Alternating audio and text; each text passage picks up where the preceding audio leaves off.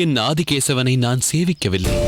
மூலவரை சேவிக்க கூடாது என்று நீங்கள் எல்லோரும் ஒதுக்கி வைத்திருக்கும் ஒரு சாராருக்கு உற்சவரை சேவிக்கும் பாக்கியத்தை அளித்த நீங்கள் எனக்கு அந்த பாக்கியத்தை கூடவா தரக்கூடாது? சோமயாஜி சுவாமி, இதை தாங்கள் வேண்டுகோளாக கேட்க வேண்டிய அவசியம் இல்லை. உற்சவர் உங்கள் வீதி வழியாக போகக்கூடாது என்று சொல்ல எந்த முகாந்திரமும் இல்லை. தங்கள் மீது இருக்கும் கோபம் மட்டுமே இதற்கு காரணம்.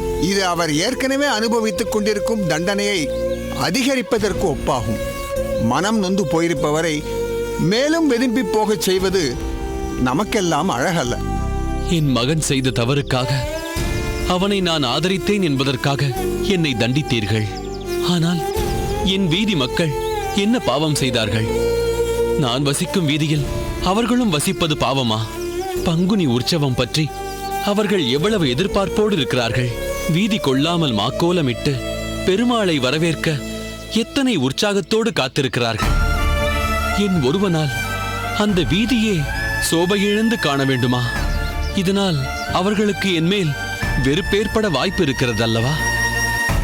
அதனால் தான் கேட்கிறேன், தயவு செய்து உற்சவத்தை என் வீதி வழியாக போக அனுமதியுங்கள். சரி சரி, தொலைந்து போகட்டும்.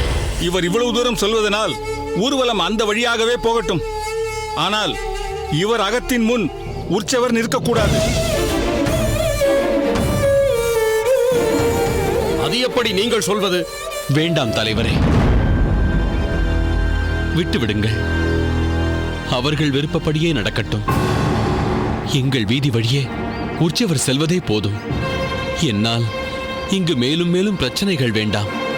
நான் உற்சவம் குறித்து ஏதேனும் ஆலோசனைகள் கூறினாலும் ஏதோ எனக்கு சாதகமாக அவைகளை கூறுகிறேன் என்று மற்றவர்கள் நினைத்துக் கொள்ளலாம். நான் வருகிறேன்.